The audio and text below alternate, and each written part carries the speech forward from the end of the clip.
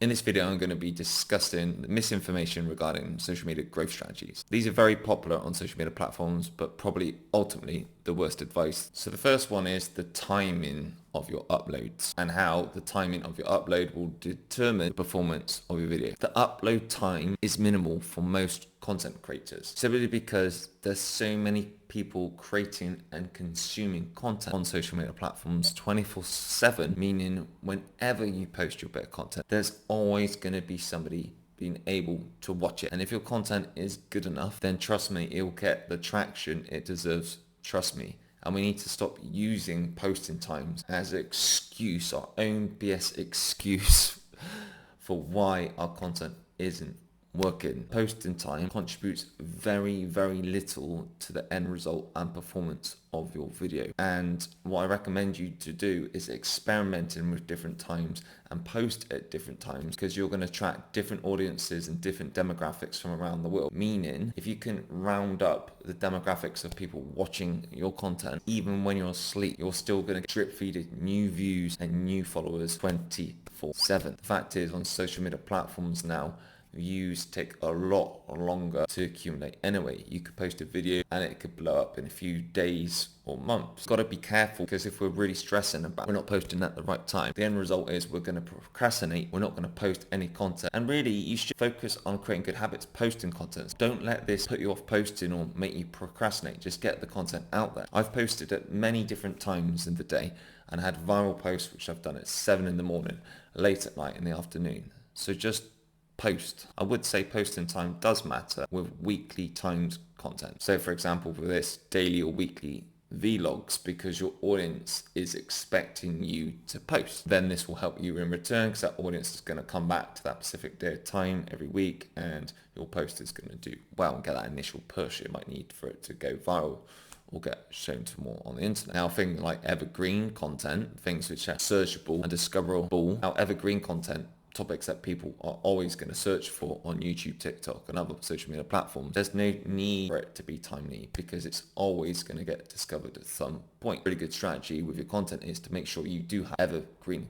content, that people always looking at your brand at some point. Creators post these type of posts because they are clickbaity titles, and it gets them loads of views, loads of reach, loads of engagement, because everyone's thinking, well, that must be the reason why my post isn't doing well, because of the time. So I've got to check out this video of the new times because I'm missing a trick with something. And it's all complete BS, I'm afraid to say. And that's why they do it. They know they get a massive influx rate of new followers, new views, which helps boost their account even more. And then the better videos, which has actual more practical advice, will do better. Another myth I see is people saying you have to record within the app for your video to do well. Like you have to record in the Reels editor or the TikTok editor for your video to do well. When you post your content, all your videos, right, do have metadata. It collects information about the video, what you're saying on that video, right? But it will not punish you if you use a different editor, like CapCut, for example. I use CapCut editor a lot on my phone. I use it on my computer. Sometimes I do use TikTok editor, depending on how simple the content is. But it never affects the video performance of that content. A lot of these people who are saying stuff like this, they never really back up their claims. Okay, they may say, yeah, I got loads of views from my content, but they can't prove it was the in-app editor that did. It may just be a coincidence, right? They may have just posted a content that resonated with people at the time. What I will say is, though, in-app editors can help you more if you use the in-app captions, only because it's helping give the platform more data about what your video is all about with the keywords that you are actually talking about and saying, and it sort of scans this and then it will push out to the right people more. But that's about it. Next one is you have to film all the content yourself. Every scene, it has to be you. I use loads of stock footage. I use loads of B-roll. Sometimes I record videos of myself to make it look more authentic of me doing things throughout the day or tasks. But a lot of time I use stock footage of other people, and it can work really well delivering your message, especially if you're using stock video footage that is related to the feelings or the subject you're talking about at the time or in general. So if I'm talking about sadness, I would embed stock video of someone looking sad, because then you can connect more and relate to what I'm saying. And there are plenty of free stock footage video platforms out there, and these can really help you enhance your videos. And if you're feeling lazy or lethargic, or you just really don't want to be on camera, not feeling that confident, you can use stock footage or your own stock footage or b-roll and just add text on the screen, add audio, add someone else's audio, do it AI audio, and you're still creating content and posting it out there. Next one is posting 3 times a day is going to accelerate your growth. Now, okay, if you're posting good quality content, then there's a good chance you'll get more reach if you're posting 3 times a day. But it has to be quality content. And this is where a lot of people struggle posting that much volume. And if you're posting that much volume and it is quality content, there's a very good chance that you spent a lot of hard work and time creating it, which can ultimately lead to content creation burnout if you don't have the right systems and foundations and habits in place to do this. And what you'll see is you'll get loads of accounts and they go all out posting 3 times a day for say 3-6 months, even a year, and then they quit the platform or they start posting on the platform after a year because they are sick to death with making content. They hate it, they hate social media, they've put too much pressure on themselves. They're always comparing themselves to the last post, stressing about vanity metrics, and it can just leave you in a deep hole, which is very hard to get out of. Focus on making sure that you still continue to post. And even if that's once a week, 3 times a week, 5 times a week, set yourself a target, go over that posting limit, then that's fine, great, bonus, high five. But give yourself a target to make yourself accountable and allows you to help you to be consistent. You also have to remember some of the creators you're seeing who are posting 3 times a day. They may have more experience than you creating content and posting content. They may have thousands of saved videos previously on their computer or on the phone. They may have a team helping them create these ideas. And if you don't, obviously that's going to be a lot more daunting and tasking for you to do so. Next one is focusing on only YouTube shorts. So growth. Shorts are great. You can get loads of views from them. And if you use them in the right way, like do little teasers, little previews of your long form content, this can be a really good strategy to grow on your YouTube channel quite quickly. But it's really important to have a balance of long form content and short form content on your YouTube channel. People who consume short form content on YouTube Shorts, they may absolutely hate long form content, meaning they're never going to get long form content or watch it, meaning those posts are not going to get views unless people are searching for it on the platform. Therefore, you want to have an audience that consumes your long form content, but also people who consume short form content as well. Have the best of both worlds. And that way you've got a really good chance of growing and getting your amazing content seen. People who like to consume long form content, take the time with it, may also hate short form content.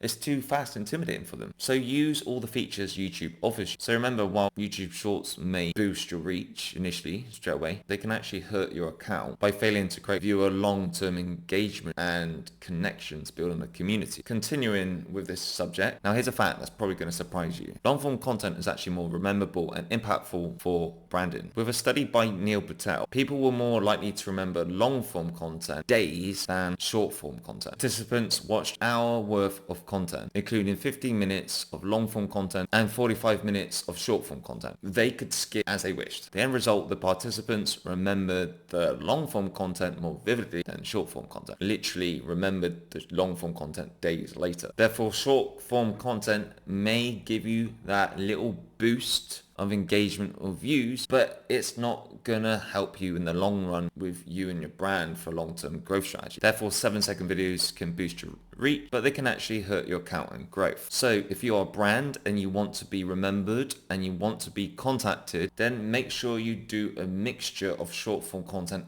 and long-form content for the best strategy. Do this trend to go viral. Now, while trends bring familiarity and may create some engagement, doing trends, especially if they go viral, can actually backfire on you and hurt your account for growth. So for example, if you did a trend based on cats and your account has got nothing to do with cats at all really, or you don't want the direction of your account to go that way anyway, if that video goes viral, you're just going to get loads of new followers now which are interested in cats. Meaning if you do any more future posts, number one, the algorithm is going to show your content to cat lovers because it thinks that's the ideal audience. But number two, your original audience It's not going to engage with it because they have no interest in what you are posting. Therefore, it's going to hurt your account and your growth, ruining your engagement score, which means your views are going to continuously to get put in minus 300 views. Use this sound. You know the post I'm talking about. This sound is only having, this video is slowly blowing up and only 1,000 people are using it. So make sure you do it to go viral. Take advantage right now. Clickbait, clickbait, clickbait.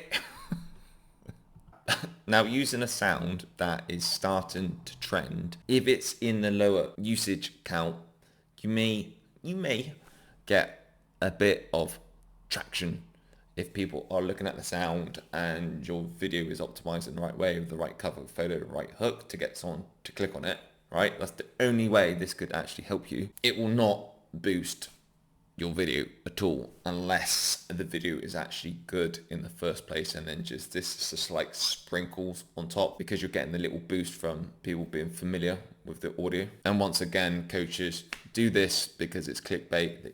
They get easy views, easy engagement like they do when they post these are the best times. And you have to remember, just because they're interested in the sound doesn't necessarily mean they're actually interested in what you're saying or your account itself, which means in the long term they're not going to engage with your future posts, buy your products or services, help your account grow. Honestly, you got to get real with yourself.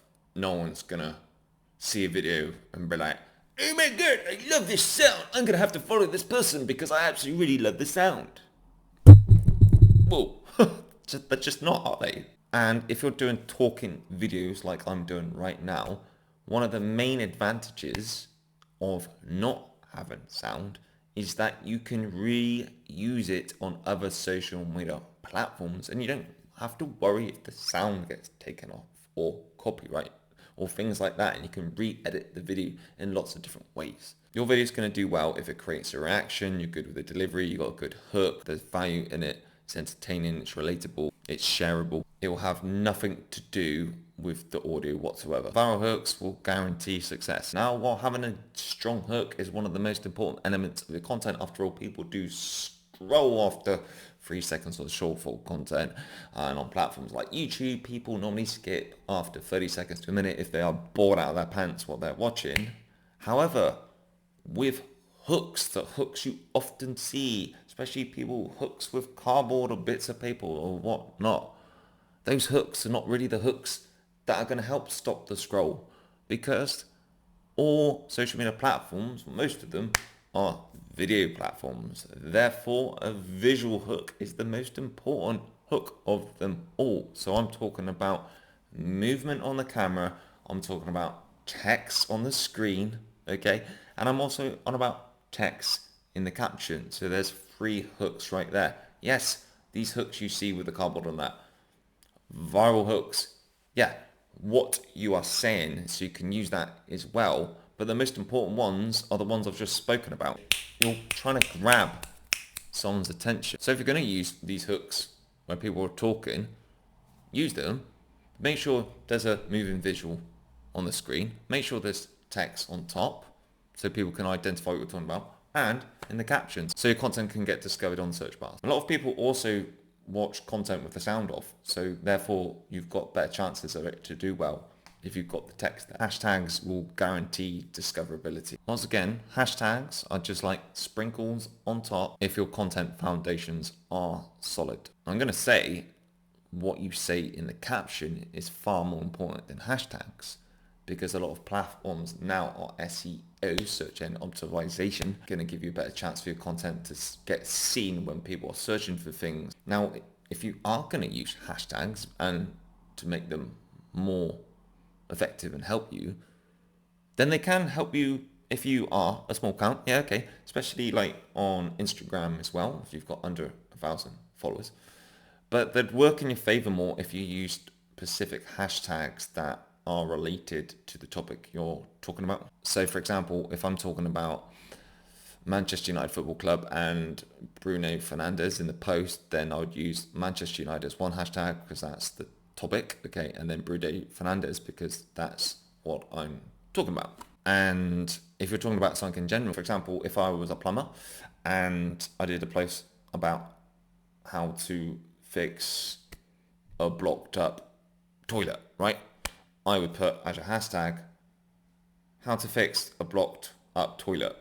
Because if someone typed that in the search bar, there might be a chance for someone to see it. If someone's used it in their caption, but also someone who's used it in their hashtag. I also recommend using hashtags under 1 million views, because the smaller they are, it means you've got more of a chance of your content to be seen on that hashtag section instead if you use a massive hashtag. And also hashtags can help the platform identify what your content is about, but don't overload it with them. If you do too many, it will completely confuse the algorithm what your post is about. And also the platform might think you're a bot, and then your account might get blocked or banned. The perfect video length. There's loads of videos going around like this should be 5 to 30 seconds, it should be 7 minutes, it should be 2 minutes, yada yada yada yada dabba poo. And you can tell what a lot of people are about on social media by their video length. For example, if you keep seeing 6 second, 7 second reels, that's clearly telling me that person, all they care about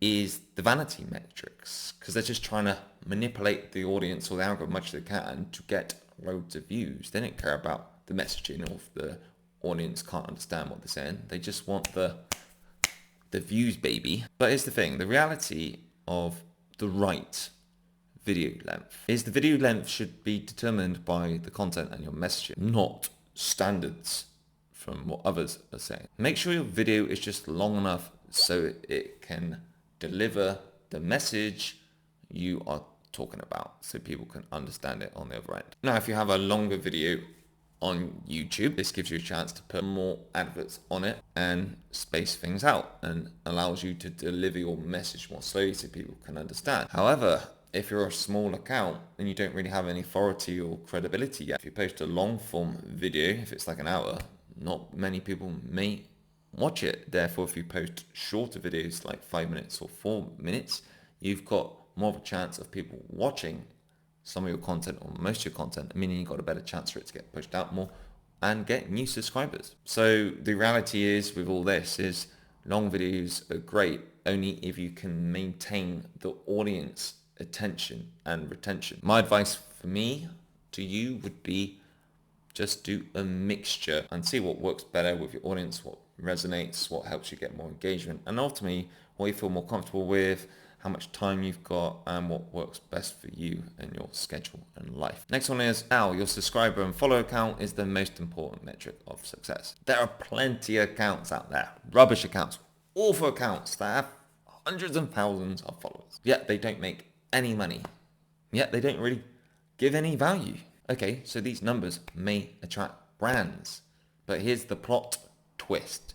Brands actually care more about engagement and views, because views is indicating who's actually paying attention, people watching this creators or influencers or brands content getting shared, but also the engagement, it shows people are paying attention. There's some trust there. It gives the post credibility.